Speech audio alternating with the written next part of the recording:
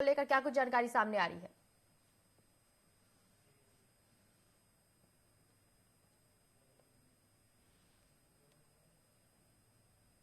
राजधानी में होने वाली है, क्योंकि जब अपार बहुमत बीजेपी को विधानसभा चुनाव में मिल चुका है, तब बीजेपी का सीधा फोकस जो है लोकसभा चुनाव की ओर है। बीजेपी जो है 11 की 11 सीटों पर विजय प्राप्त करने के लिए अपना परचम लहराने की ओर अग्रसर है। वो लगातार बीजेपी की बैठकें हो रही है, दिल्ली में भी बैठकें हो रही है। अब राजधानी रायपुर में बैठकों का दौर अब लगभग शुरू हो गया है। जो बीजेपी की योजनाएं नहीं है उनको जमीनी स्तर पर उतारा जा रहा है कि लोकसभा चुनाव में उसको फायदा मिल सके। जैसे किसानों के लिए बीते दिनों जो 21 एकड़ प्रति क्विंटल धान खरीदी की बात कही गई थी, तो उस पर मुहर भी लग गई है। तो ये किसानों को साधने का इस प्रकार का प्रयास किया गया। इसी प्रकार जो सीजीपीएससी मसला रहा है, हमेशा से सुर्खियों में रहने वाला मसला रहा है, ये इसी को लेकर बीजेपी ने जो सीबीआई जांच की मांग की है, इसके बाद से जो है युवाओं में गजब का उत्साह देखने को मिल रहा है। इस पर भी जमकर सियासत हुई थी और अभी भी सियासत देखने को मिल रही है। बीजेपी के नेता कांग्रेस सरकार पर लगातार हमलावर हैं। वो लगातार बयानबाजी कर रहे हैं कि पिछली सरकार में घोटालेबाजी हुई, या फिर जो भी वहां के अध्यक्ष रहे हैं टॉमन सिंह सोनवानी, उन पर आरोप लगे।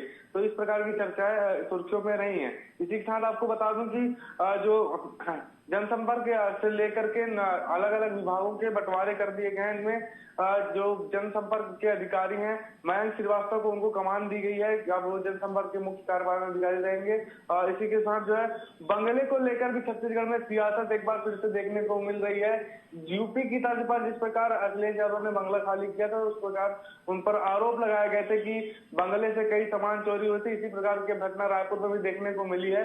श्याम बिहारी जायसवाल को जो है बीते दिनों शिव डहरिया का, जो पूर्व मंत्री शिव डहरिया, उनका बंगला अलॉट हुआ था, लेकिन बंगले पर जाकर देखने के बाद उनको समझ में आया कि जो बंगले से कई चीजें चोरी हुई हैं, गायब हुई हैं। उन्होंने आरोप लगाया पूर्व मंत्री पर कि जो बंगला है वहां से कई प्रकार के सामान, एसी, फ्रिज, कूलर, टीवी और जो किचन के सामान है वो गायब हुए हैं। तो बंगले को लेकर भी सियासत जारी। पिछले दिनों हमने बताया था कि सीएम भूपेश बघेल को जो बंगला अलॉट हुआ उस पर भी सियासत देखने को मिल रही है, क्योंकि वही बंगला 5 साल पहले पूर्व मुख्यमंत्री डॉक्टर रमन सिंह को दिया गया था। लेकिन अब फिर से ये बंगला जो है पूर्व सीएम भूपेश बघेल को अलॉट कर दिया गया। तो बंगले पर भी सियासत जो है लगातार देखने को मिल रही है। इसी के साथ वन विभाग की बात कर लें, फॉरेस्ट विभाग की बात कर लें, तो इसमें जो आईएफएस आलोक कटियार हैं, इनको फिर से मूल विभाग में वापसी कर दी गई है। इनको राज्य सरकार ने डेपुटेशन इनका खत्म कर दिया है। इसी के साथ आपको बता दूं कि जो आलोक कटियार हैं वो क्रेडा के सीईओ के साथ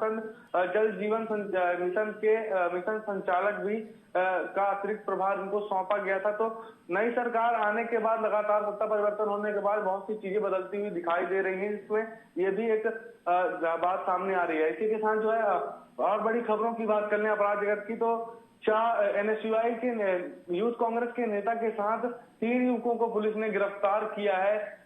इन पर इल्जाम ये लगाया गया है कि इन्होंने भाजपा के युवा मोर्चा के कार्यकर्ता के साथ देर रात बेल्ट से मारपीट की थी, जिसका वीडियो भी जमकर वायरल हुआ था।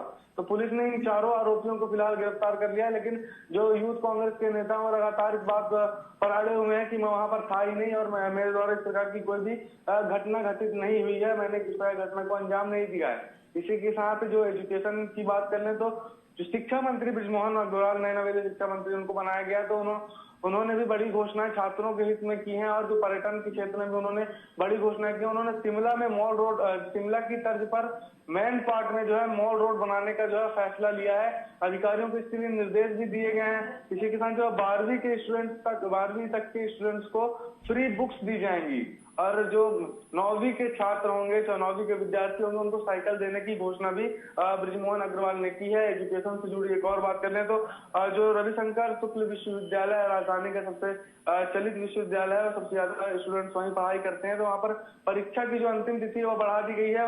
परीक्षा की तिथि में जो बदलाव किया गया है, 5 जनवरी की जगह 13 जनवरी तक जो है विद्यार्थी फॉर्म भर सकेंगे। इसके साथ फिर लेट फीस के साथ 14 जनवरी से फॉर्म भराए जाएंगे, जिसमें आपको विलंब शुल्क देना होगा। तो एजुकेशन से लेकर जो सियासी सरगर्मी राजधानी रायपुर में देखने को मिल रही है, यही खबरें सुर्खियों में रहने वाली है।